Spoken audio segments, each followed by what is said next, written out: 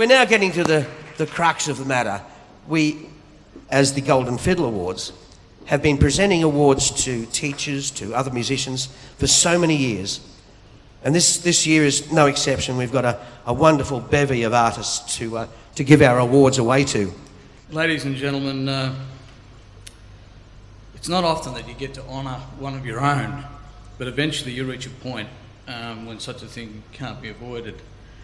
And it's a great honour for Pixie and I to stand here on the stage today to award Andrew Clermont with this year's Lifetime Achievement Award.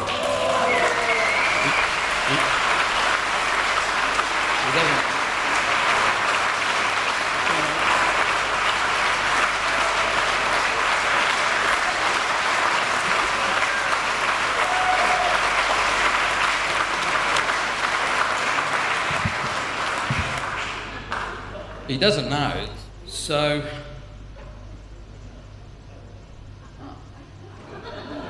Thank you, Mr. Chairman.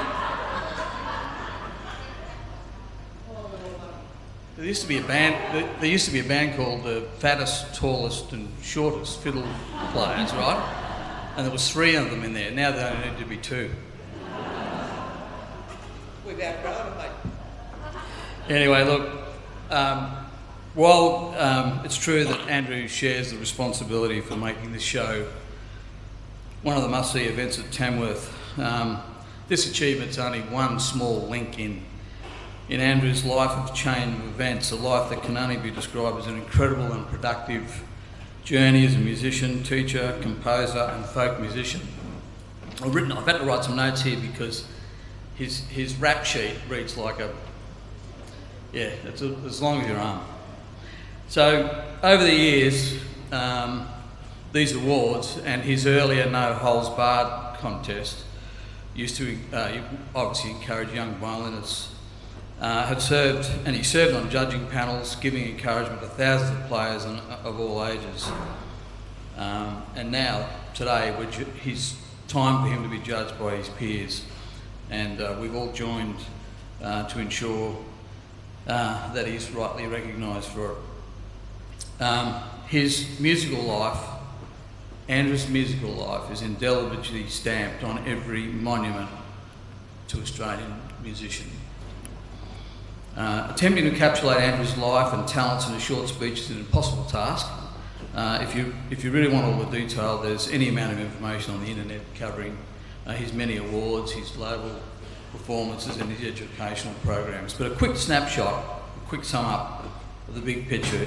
What makes Andrew's contribution to the music industry so unique is that he is an extremely talented administrator and organiser, as well as a multi-instrumentalist, composer, recording producer, and with this combination of skills, Andrew is able to recognise and encourage talent and then provide the performance opportunities to share with that talent with others. His nurturing of young, emerging players is just second to none. I don't think there's any single person in this country that holds a candle to Andrew's ability to do that. The practical demonstration of how Andrew's nurturing of music talent can foster the appreciation of music in the wider community is Andrew leading the campaign to preserve Australian traditional country music and working with others in the industry to discover the hidden gems and expose them to the public ear.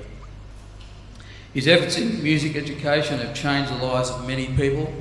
Not only has Andrew stimulated a renewed interest in string music in people of all ages, he has encouraged many to make music a lifelong career, either as performers or teachers. In that respect, he is one of the one-man musical universities.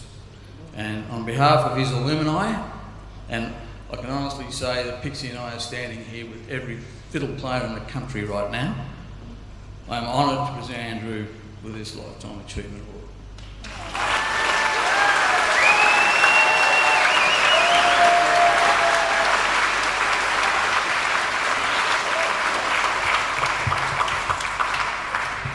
Yes, being part of the shortest, fattest, thinnest, tallest of the fiddle players, I believe those photos were us in pink tutus. Yes. And we don't know where the vault is, where those photos are hidden. Let's probably keep it that way. It's been absolutely a treat. I got first approached by Mark Mitchell 17 years ago, or 18 years ago really, to consider this kind of an approach to presenting the fiddledom of Australia.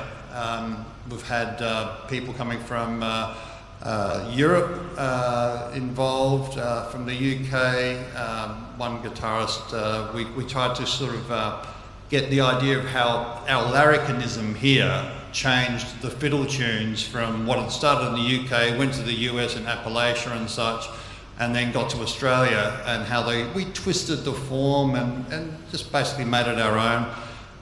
Or as one particularly earlier fiddle player said, you come too late for the good stuff.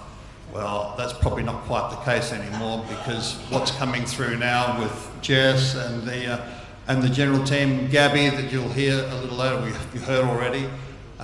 It's just been wonderful for our hearts watching that come through, because it's the festivals, the folk festivals, the string festivals, there's the Yarra Junction Fiddlers Convention. I think I'm going to the 40th year of that coming up in February down near Melbourne.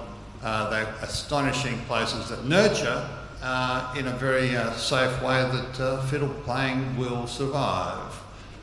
So anyway, thank you for the recognition.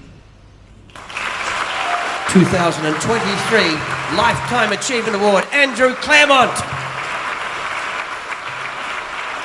Beautiful stuff, mate. Where are you going to put that? You know you'll be able to put that up higher than I could reach.